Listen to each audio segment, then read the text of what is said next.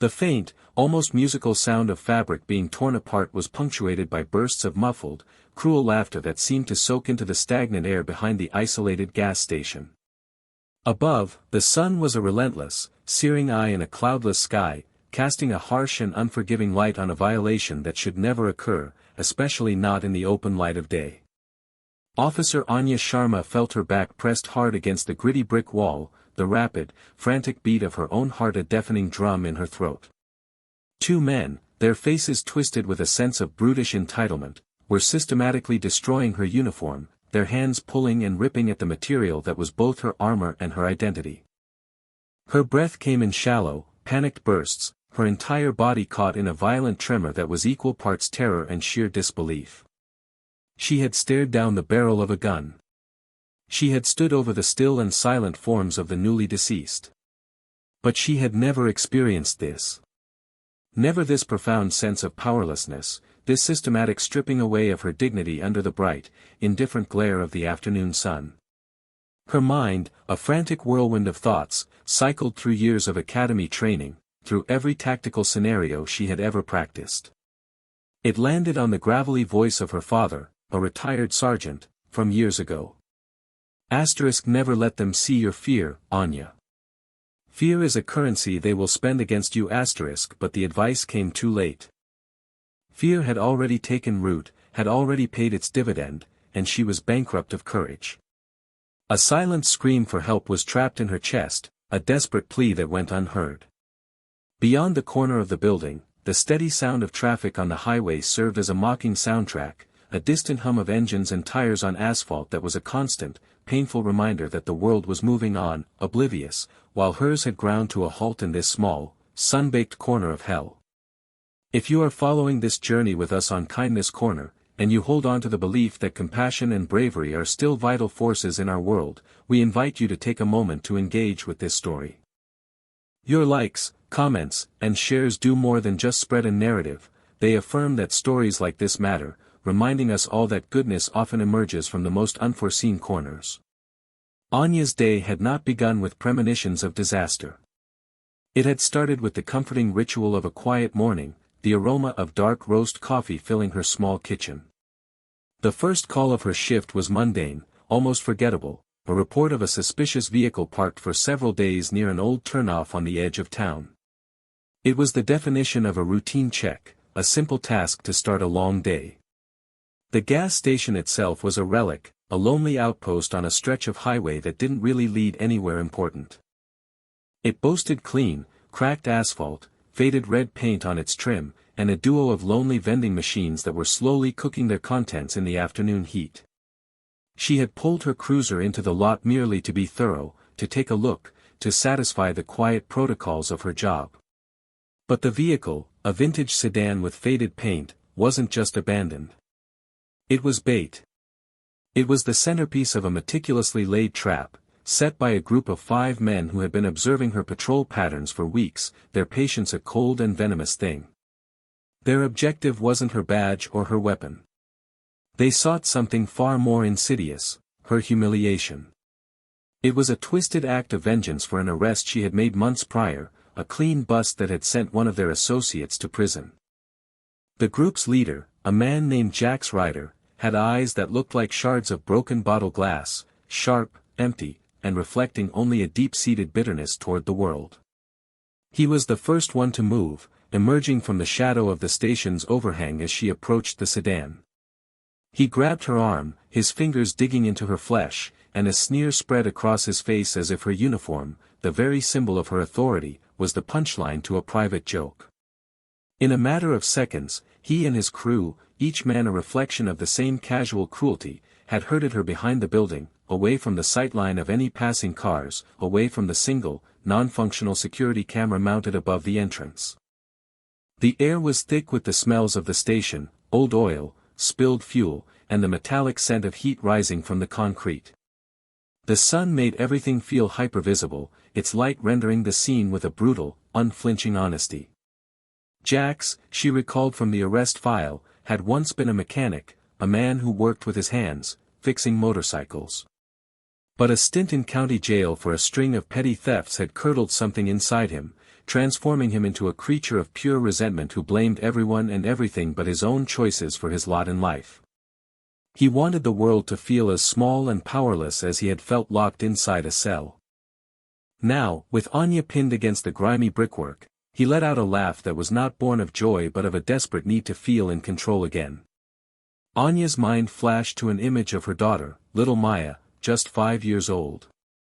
She would be at her grandmother's house right now, safe and sound, probably sitting at the kitchen table with a box of crayons, drawing pictures of her mommy as a superhero.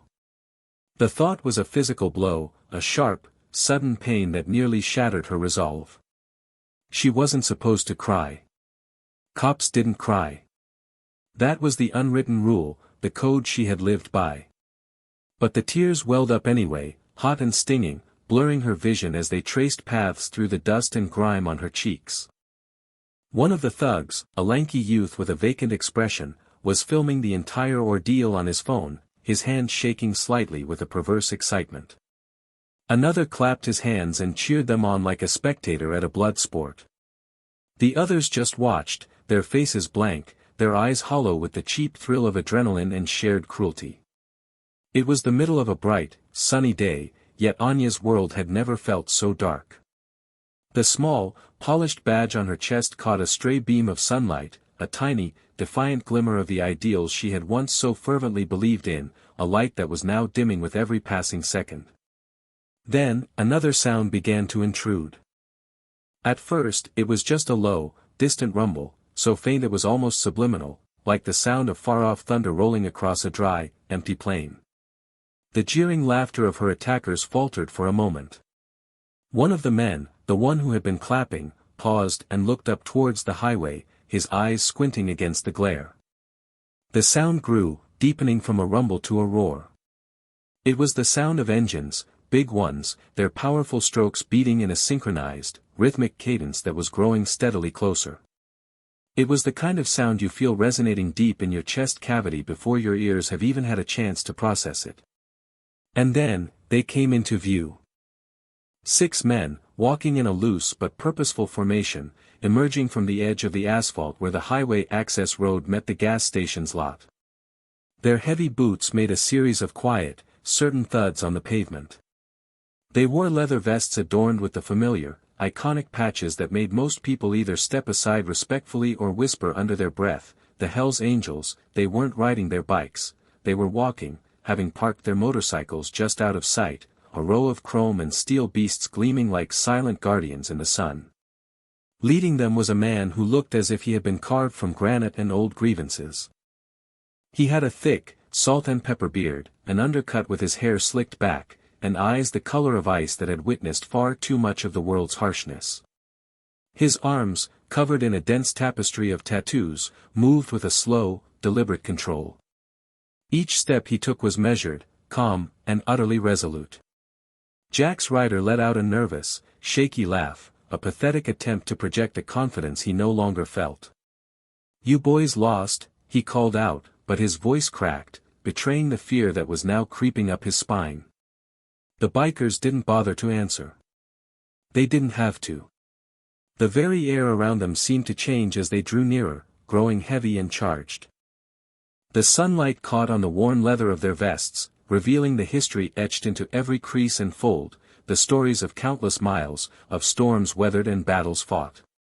The leader came to a halt about 15 feet away, his piercing gaze moving from Anya's disheveled form to the faces of the men surrounding her. There was no hurry in his movements, no overt display of aggression, just a profound and unnerving silence that was more intimidating than any shouted threat could ever be. Anya felt her breath catch in her throat, a fragile flicker of hope igniting in a place where it had all but been extinguished. These men were not here by chance. Their leader, a man known only as Silas "Stone" Jackson, had been riding with his chapter when he spotted something from the highway minutes earlier. It was just a glimpse, a flash of blue and black pinned against a brick wall, surrounded by a group of agitated men. The image struck a deep, painful chord within him, transporting him back to another day, another place, another life. He remembered his own daughter, long before the prison sentence, before the club, before the mountain of regrets he now carried. She had called him, her voice small and trembling, crying because a boy from her school wouldn't leave her alone. He hadn't been there for her. He had been on a run, chasing some pointless fight that meant nothing in the grand scheme of things. By the time he had returned, the chasm between them had become too wide to cross. She had been gone from his life for good, and he hadn't seen or spoken to her in 8 long years. He wasn't about to ride past another man's daughter in distress. Not this time. Anya's lips trembled as she watched Jax turn back to his crew, his bravado completely gone. "Let's go," he muttered, his voice barely a whisper, a sudden urgency in his tone. But one of the bikers, a bald giant with a braided beard that reached his chest, took a single, deliberate step forward. His shadow stretched long and dark across the sun-bleached asphalt. "She's not going anywhere with you," he said, his voice a low, steady growl that rumbled like shifting stones. For a heartbeat, the entire world seemed to freeze. The trembling officer, the suddenly uncertain thugs, and the bikers, who stood as unmoving and inevitable as a mountain range. Then, Jax's wounded pride and simmering rage flared up. He swung a clumsy, telegraphed punch, an act born more of foolish arrogance than any tactical sense.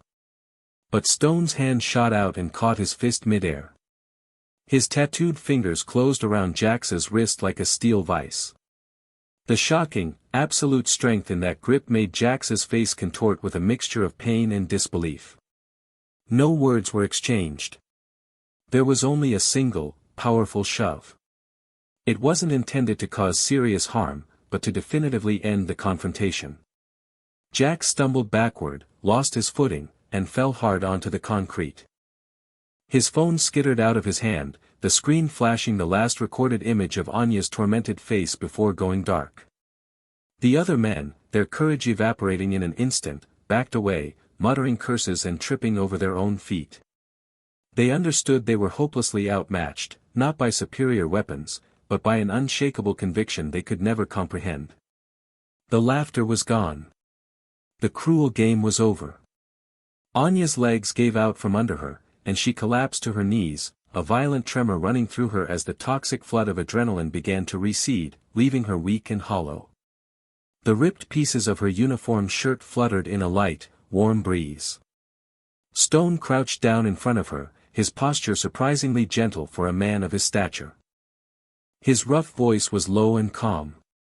"Take a breath," he said. "Just breathe.